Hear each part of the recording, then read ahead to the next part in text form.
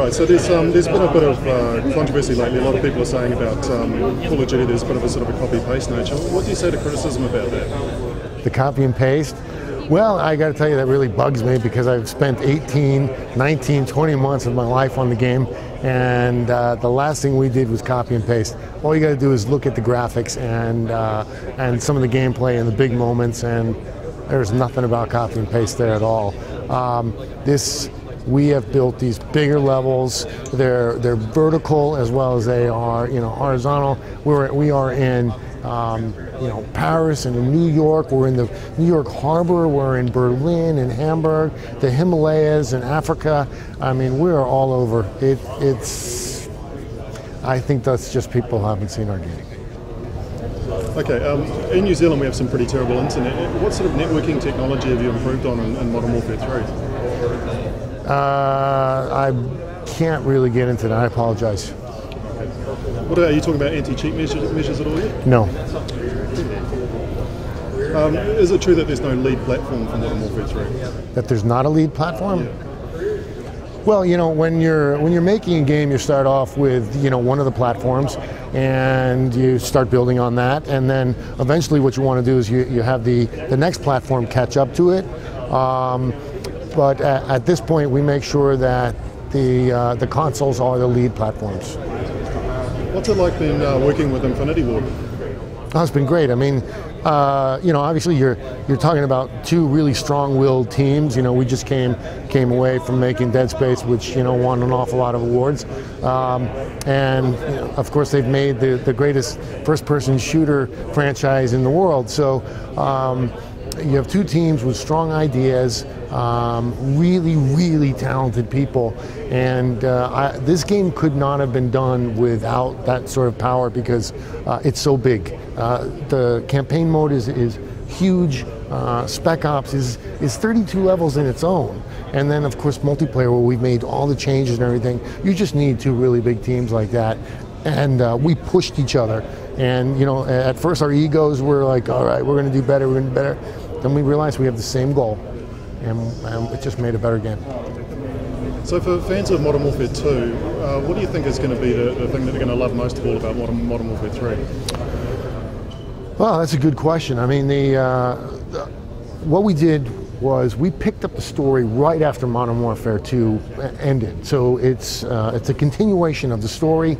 They're gonna get it, and they're gonna understand the story right away because we've got some great flashbacks to go back. But we pick up right after they bombed Washington. Now we're in New York, and we push it into Europe. So they're gonna love the story.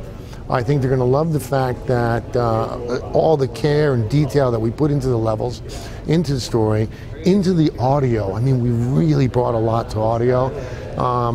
And we've added some new characters, and let's just say that I think that this is going to be a great payoff for all the investment that people have put into the last two games. Well, can you step us through some of the changes that you made in multiplayer, specifically the kill streaks?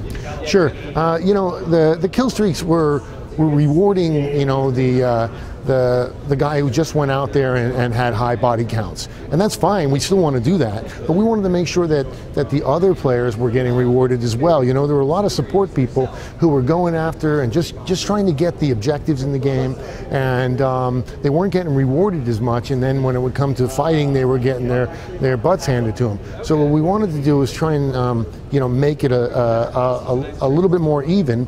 And customizable, if you will. So we have the assault package, and that's for the guy who wants to go out and get body count. We also have the support package, and that's for the guy who is going after these objectives. So he can put on more armored gear. He can lay down some mines or lay down some turrets and be more in a support role. And then we have the specialists, and that's for the hardcore that just want to blow a lot of stuff away, and they can get up to 6 perks. Are you looking at doing a multiplayer beta to stabilize everything before it's released? We're not talking about a beta right now. So you won't be talking about a demo then either? We're not talking about that right now. I'm just focused on making the game. I got a few weeks left, and we're working like crazy on the game.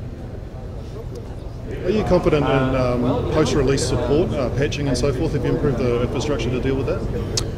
Yeah, I am pretty confident in that. I can't talk a heck of a lot about it, but you're talking about a lot more people now. You know, the last game was made by Infinity Ward, which was, you know, I don't know how many people, maybe 80 to 100. Now you're talking about Infinity Ward and Sledgehammer working on it together because it was such a big game. So you got a couple hundred people there that can help support. Do you think that the 2-year development cycle is long enough for you to do everything that you want to do with the game? The 2-year, you know, 2 years is long enough if you have a very seasoned team that knows how to not waste time. They jump into it, they do pre-pro, they get into the game. But, you know, I think it remains to be seen for the next generation of games. It could be that it's not enough time. How have you found the integration with Elite into Modern Warfare 3? Has it been a difficult integration? The truth is that the Beachhead team has probably handled most of the difficult integration. They're the ones who are making Elite, and you know, our goal and our job has been to make the game. So, as far as the integration goes, we have a great integration, but we don't have to bear a lot of that. Great. So the game's still on schedule. What's the release date? Absolutely on schedule. Yeah, it's coming out on November 8th, and it'll be on the PC, PS3, the 360, the DS, and the Wii.